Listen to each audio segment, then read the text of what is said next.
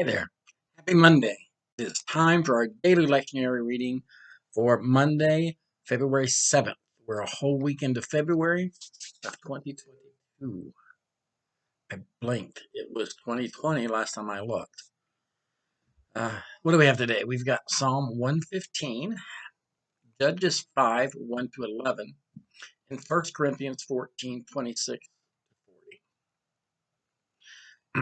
Now, Psalm 115, the heading on the NRSV on Bible Gateway, which is what I usually use for these.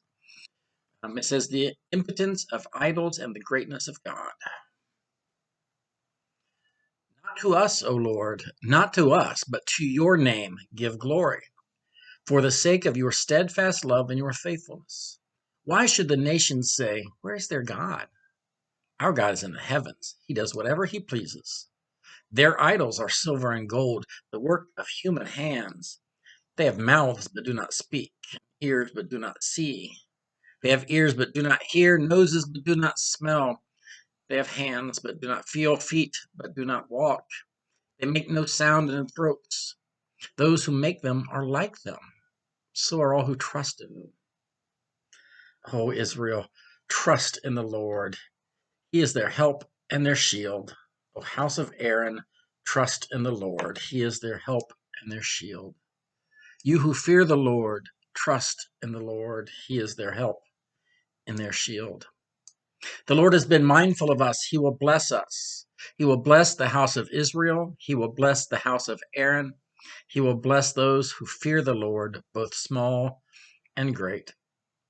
May the Lord give you increase, both you and your children. May you be blessed by the Lord who made heaven and earth. The heavens are the Lord's heaven, but the earth he has given to human beings. The dead do not praise the Lord, nor do any that go down into silence. But we will bless the Lord from this time on and forevermore. Bless the Lord. Now, that going down into silence is a reference to Sheol, the Old Testament belief. The belief during the time of the Old Testament was that when people died, they went down into Sheol, which was just kind of this storage house for the dead, a better term. This is where the dead went. Not the evil dead. There was not this concept of an afterlife based upon good or evil or whatever distinction. It was all the dead go to Sheol. And when you're dead, you're dead. That was the belief during the Old Testament period. You gotta remember, theology changes. What we know about God and learn about God changes. God doesn't change, but what we learn about him and know about him, our understanding of God is vastly, vastly different than the Iron Bronze Age semi-nomadic people, um, just as their knowledge of the sciences and everything. The Old Testament cosmology, what they felt was um,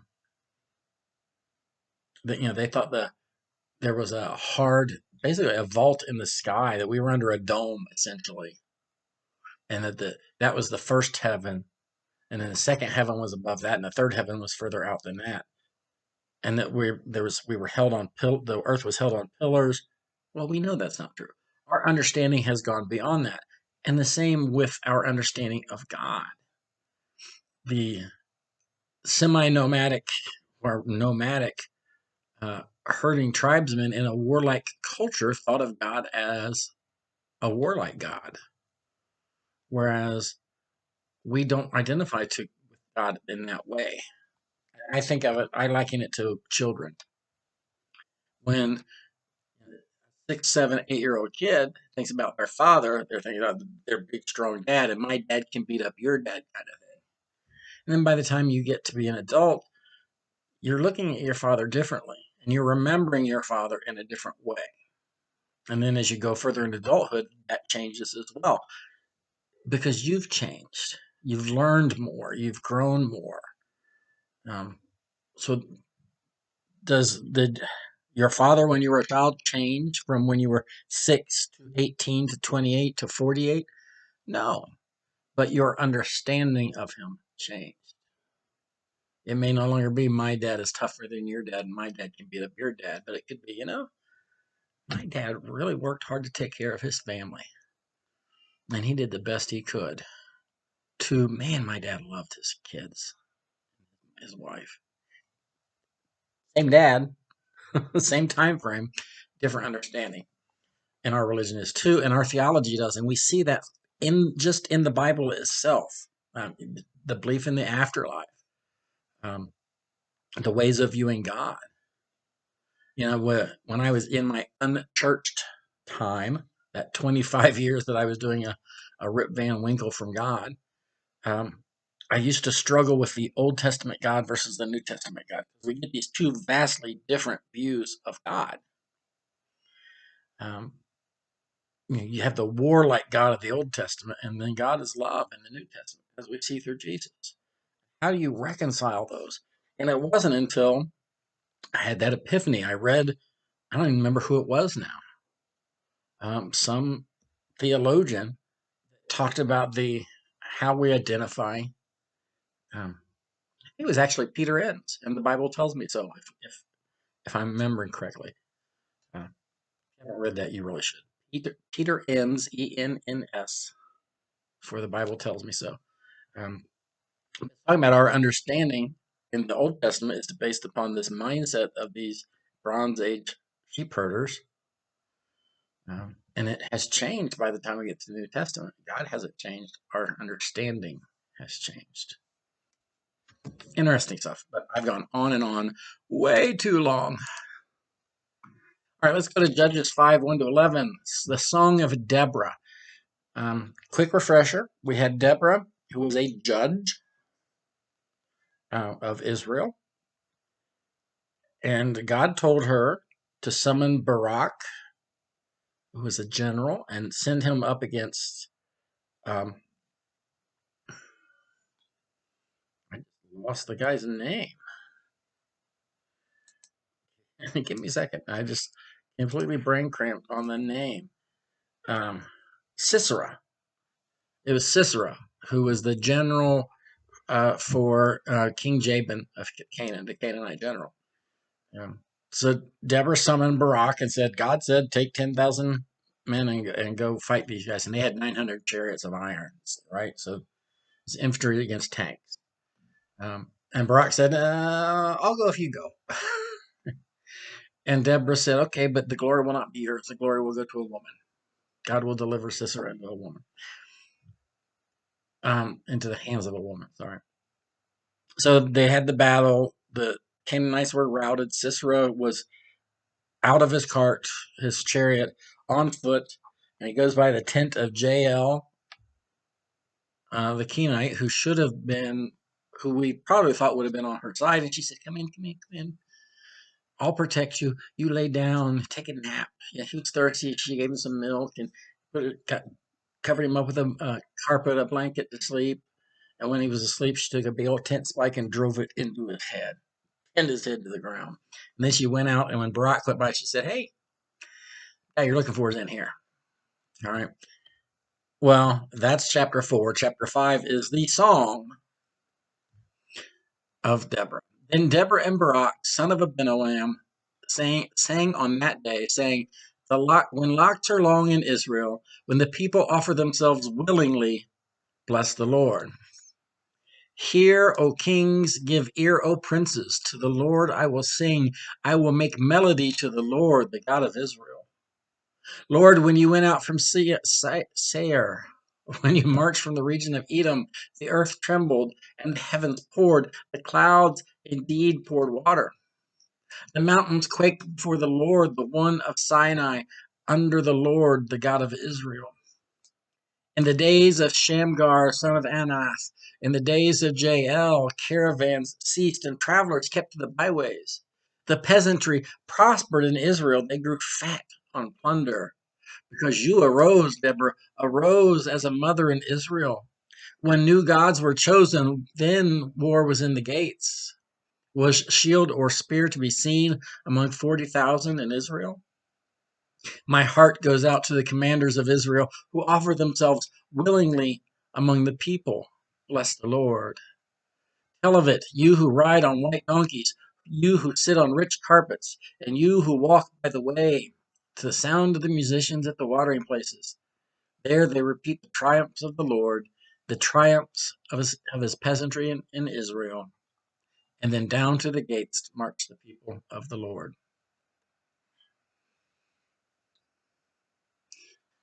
1 Corinthians 14:26-40. We're talking about the subheading here says orderly worship. So what should be done then, my friends, when you come together? Each one has a hymn, a lesson, a revelation, a tongue, or an interpretation. Let all things be done for building up. If anyone speaks in a tongue, let there be only two or at most three, and each in turn, and let one interpret. But if there's no one to interpret, let them be silent in church and speak to themselves and to God. Let two or three prophets speak, and let the others weigh what is said. If a revelation is made to someone else sitting nearby, let the first person be silent. For you can all prophesy one by one, so that all may learn and all may be encouraged. And the spirits of the prophets are subject to the prophets. For God is a God not of disorder, but of peace. As in all the churches of the saints, women should be silent in church, for they are not permitted to speak, but they should be subordinate, as the law also says. If there is anything they desire to know, let them ask their husbands at home, for it is shameful for a woman to speak in church. Or did the word of God originate with you, or are you the only ones reached?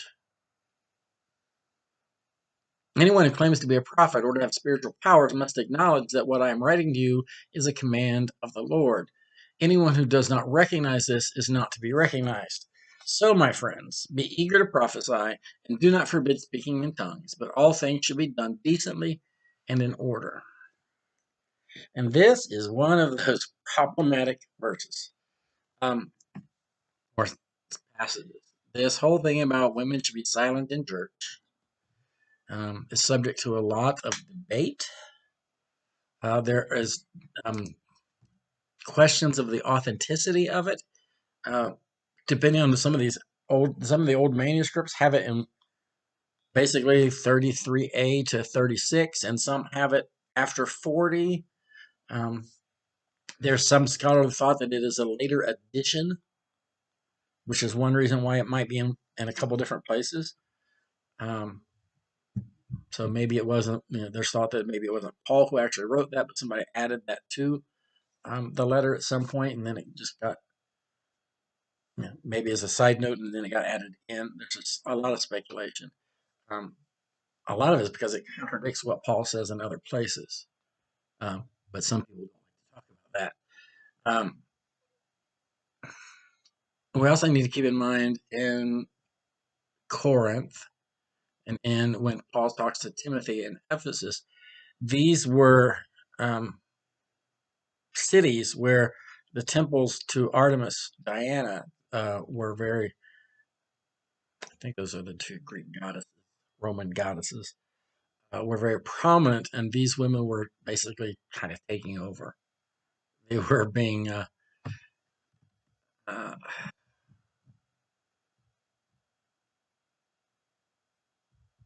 bullying their way around, right? Because they had power in the community and they were trying to exert that power in the church. And there's thought that this is a reaction to that. I don't know. I struggle with this and the is it Timothy or Titus? I don't remember which one now. Simply because, well, one, times have changed. We are not such a patriarchal society. Um, And I know many small churches like mine, like ours here, people that wouldn't exist if there were not women in leadership. Most of my deacons are women, and God bless them. um, one of the best sermon writers I've ever run across is a young woman. She was from Truett Seminary. She was at the church. She was associate pastor of the church that um, ordained me, Aurelia Pratt, Davila Pratt. Every sermon I've ever heard her preach, I want to preach that sermon. She's a great sermon writer. I just know way too many examples. There's too many examples that slip out in the Bible.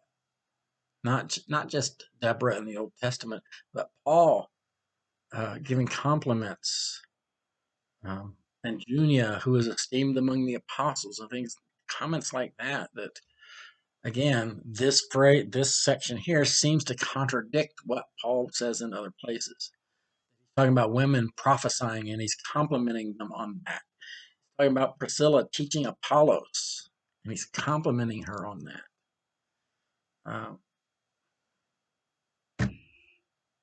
Read into it what you will.